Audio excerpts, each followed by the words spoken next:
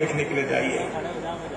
सामाजिक संवेदनशीलता, social consciousness, social responsibility and social sensitiveness. किसी गरीब व्यक्ति को अगर कुछ होता है तो मन में अपने परिवार में जिस प्रकार की कोई व्यक्ति हो, उसी प्रकार की भावना उसके बारे में हमारे मन में पैदा होनी चाहिए। और मुझे लगता है कि पंडित दीनदयाल उपाध्याय जी ने जो बताया था कि समाज का जो शोषित पीड़ित व्यक्ति है, जिसके पास रहने के लिए मकान है, जिसके शरीर पर कपड़ा नहीं है, जिसको खाने के लिए रोटी नहीं, उसको हम भगवान माने और उसकी सेवा निरंतर करते रहे।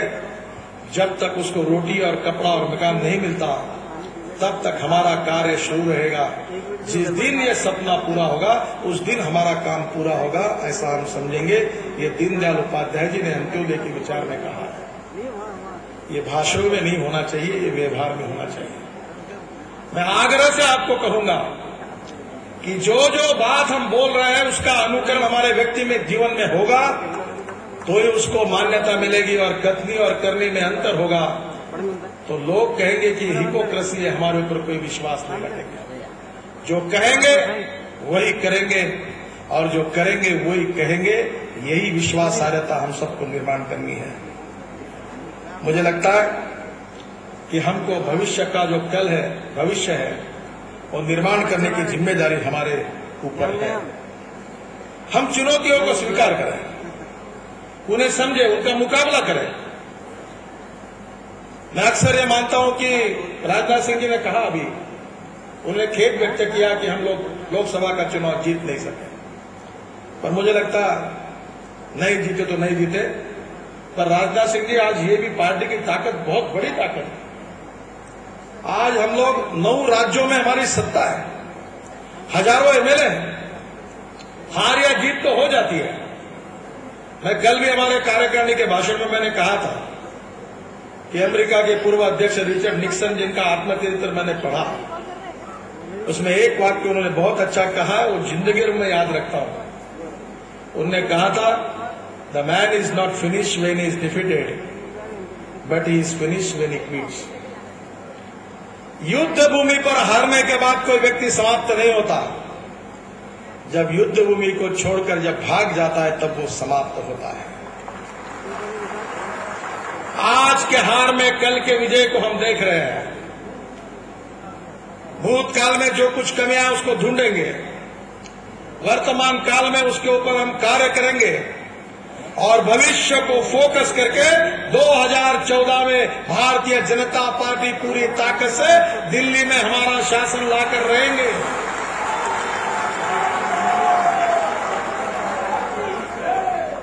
ये पॉजिटिव अप्रोच और आत्मविश्वास के साथ हमको आगे जाना है। अडवाणी जी, कल भी मैंने कहा था कि चेन्नई के बैठक में उन्होंने एक वाक्य कहा था जो मेरे दिल में बहुत अच्छी तरह से प्रभावित कर गया। उन्होंने कहा था कि आत्मविश्वास और अहंकार, इन 2 शब्दों के बीच में बहुत थोड़ी रेखा है। पॉजिटिव अप्रोच एंड कॉन्फिडेंस ये बहुत जरूरी है, पर उसके साथ साथ अहंकार नहीं होना चाहिए।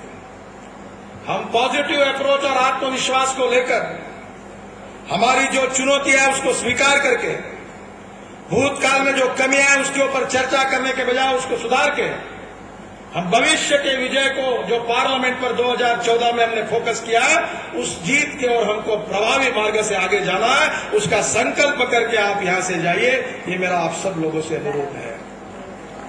और जब आप सब लोगों ने तय किया तो विजय निश्चित है, निश्चित है। आत्मविश्वास के बाद जाइए, नकारात्मक बात को छोड़ दीजिए।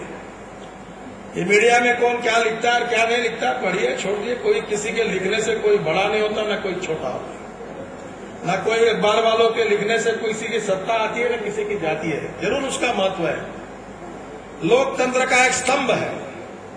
अब कभी कभी आते हैं कुछ बातें, उसको छोड़ देना चाहिए, उसके ऊपर हमारा अप्रोच बड़ा लिबरल रहना चाहिए। उससे कोई विचलित होने की आवश्यकता नहीं है।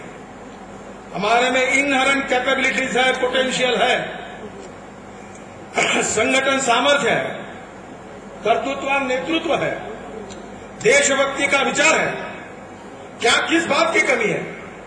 क्या इस देश में सबसे विकास के लिए अच्छा राज्य कौन सा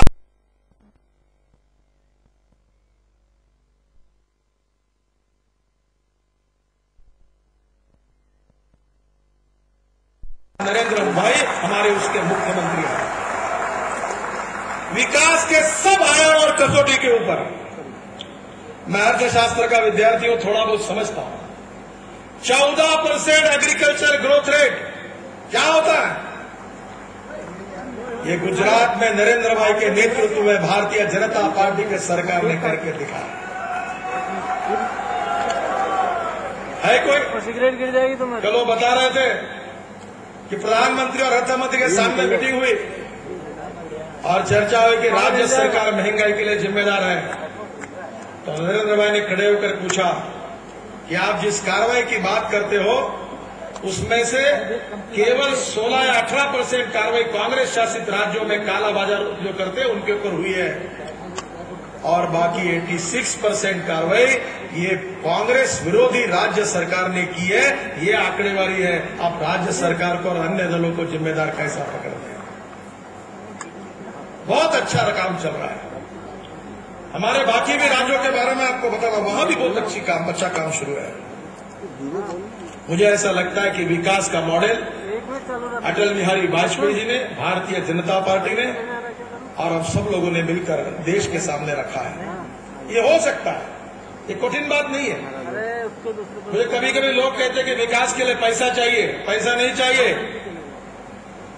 ना टेक्नोलॉजी चाहिए।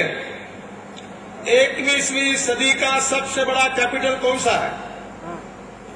मैं आपको विश्वास के साथ बताना चाहता हूं, अनुभव के साथ बताना चाहता हूं, the biggest capital of the 21st century, honesty, ईमानदारी, गुडविल, विश्वसनीयता और विकास के लिए कटिबद्धता, ये सबसे बड़ा कैपिटल है।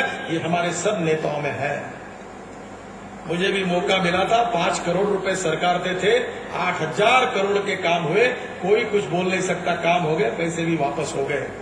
4,000 करोड़ रुपए कैपिटल मार्केट से खड़े किए। तो मुझे रतन टाटा जी कह रहे थे कि you prove to be more professional than me. हम कर सकते हैं। देशभक्ति की भावना से अगर हमको विकास करना है तो पैसे की कमी नहीं है, इच्छा शक्ति चाहिए, स्ट्रांग पॉलिटिकल विल चाहिए। और शीर्ष तो ये सभी मुख्यमंत्री और हमारे नेता हैं, उन्होंने अपने परफॉर्मेंस से ये बात सिद्ध करके दिखाई है। और इसलिए मैं समझता हूं कि निश्चित रूप से हमारे पास ये ताकत है। बहनों और भाइयों, आज विश्व की अवस्था बहुत अलग प्रकार की बनी हुई है। अमेरिका में आर्थिक संकट इस प्रमाण से खड़ा हुआ है कि रिसेशन के कारण अमेरिका और वेस्टर्न कंट्रीज बहुत चिंतित है और धीरे धीरे इसका फायदा उठाने के लिए एशियन कंट्रीज में चाइना और हिंदुस्तान में स्पर्धा है। चाइना तेजी से आगे बढ़ रहा है, पर मैं ये मानता हूं कि हिंदुस्तान के लिए भी बहुत अच्छा अवसर है। हमारे पास पोटेंशियल है, क्षमता है, हमारे एक्सपोर्ट्स बढ़ सकते हैं, हम देश की ताकत बन सकते हैं। ये सब हमारे पास क्षमता है। कभी मुझे एक मित्र ने कहा था कि there are some people who convert problems into opportunities and there are some people who convert opportunities into the problems. कुछ लोग ऐसे होते हैं कि जो समस्या का रूपांतर संधि में करते हैं और कुछ लोग ऐसे रहते हैं कि जो संधि का रूपांतर समस्या में करते हैं। मुझे ऐसा लगता है कि विश्व की समस्या हिंदुस्तान के लिए संधि का अवसर है और